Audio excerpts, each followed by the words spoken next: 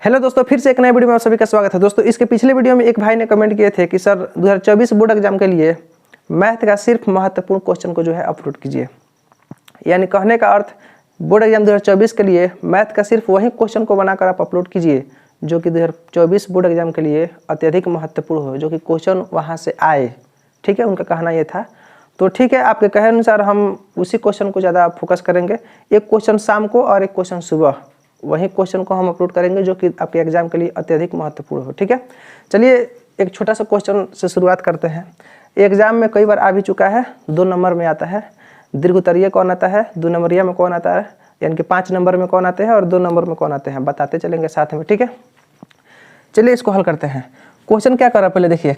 ऐसी 2 संख्या ज्ञात कीजिए जिनका योग 27 हो और गुणनफल मेरे भाई कितना हो, 82 हो, 182 हो, सॉरी।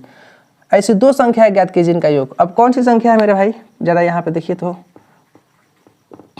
पहली संख्या प्लस दूसरी संख्या। यहाँ पे देखिए क्या कर रहा है,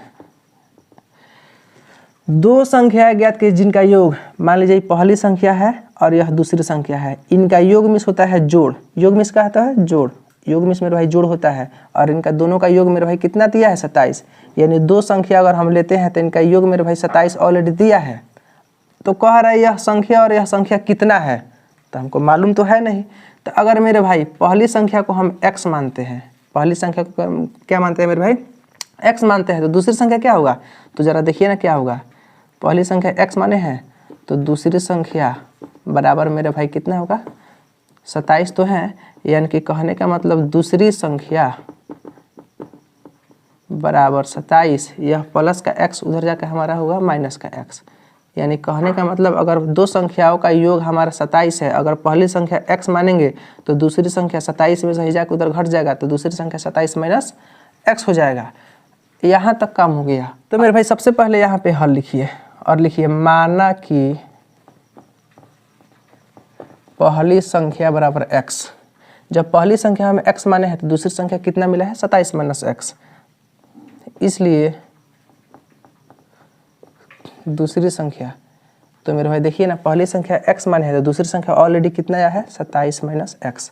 अब प्रश्न से क्या कह रहा है, प्रश्न से कह रहा है, यहाँ तक काम हो गया है। कह रहा है और गुणनफल 182 हो। कहने का मतलब है पहली संख्या और दूसरी संख्या में जब गुना करेंगे तो 182 के बराबर होगा। यानी कहने का मतलब पहली संख्या x है, इसमें गुना करेंगे किससे, 27 माइनस x, तो यह किसके बराबर होगा, 182 के बराबर होगा। अब इसको हल कीजिए ना, यानी कि 27x माइनस के एक्स स्क्वायर इक्वल में हमारा होगा 182। ठीक है, यह माइनस के एक्स स्क्वायर इधर लीजिए, यह 27x अब इधर प्लस में लिखिए चूँकि प्लस में है, और यह 182 को इधर ला लीजिए, बराबर के इधर आएगा तो माइनस में हो जाएगा, बराबर में कुछ नहीं है तो 0 बचेगा। ठीक है, यह इसमें क्या कीजिए, माइनस को कॉमन कीजिए, यहाँ पर एक्स स्क्वायर बचेगा। यह प्लस कैसे आएगा, यहाँ पर जब माइनस लिखेंगे, चूँकि माइनस माइनस प्लस है, चूँकि माइनस को हम कॉमन ले रहे हैं। ठीक है, यह माइनस कब आएगा, जब यहाँ पर प्लस लेंगे, माइनस प्लस में भाई क्या होता है, माइनस होता है। और यह 182 इक्वल में हमारा 0 होगा। ठीक है, अब यह 182 माइनस के 27x प्लस 182 इक्वल, यह 0 है, यह माइनस है, इधर जाएगा तो यह क्या हो जाएगा, 0, आराम से 0 होगा। इतना छोटा चीज़ आप लोग जानते नहीं होंगे, जानते होंगे। यह माइनस इधर जाकर मेरे भाई क्या हो जाएगा, 0 हो जाएगा। अब यहाँ पे एक चीज़ देखिए, यहाँ पर अब गुणनखंड करना होता है। गुणनखंड क्या होता है, यह एक्स स्क्वायर जो है इसमें क्या चीज़ से गुना होता है, तो 1 से गुना होता है। ठीक है, कोई भी अगर y है, कहेंगे इसका गुणांक कितना है, तो कोई 1 गुना y, यानी 1 गुणांक है। कहेंगे x है, इसका गुणांक कितना है, यानी कि 1 गुना x लिख सकते हैं, यानी कि 1 इसका क्या है, गुणांक। तो मेरे भाई इसका गुणांक हमारा 1 होता है, तो इसके गुणांक से और इधर बराबर के पीछे जो संख्या होता है उसमें गुना करते हैं, तो इसका गुणांक हमारा 1 होगा, और 182 से 1 में गुना करेंगे तो मेरे भाई कितना होगा, 182। और इसको 2 भाग में ऐसे तोड़ते हैं जिसको जोड़ने घटाने पर 27 आए और गुणवा करने पर 182 आए। ठीक है, तो पहले इसका अभाज्य गुणनखंड निकालिए ना। यहाँ पे 2 9 18, 2 एकम 2, 2 से नहीं कटेगा, 7, हाँ 7 से कटेगा, 7 एकम 7, 7 तिरका 21, अब किसी से नहीं कटेगा।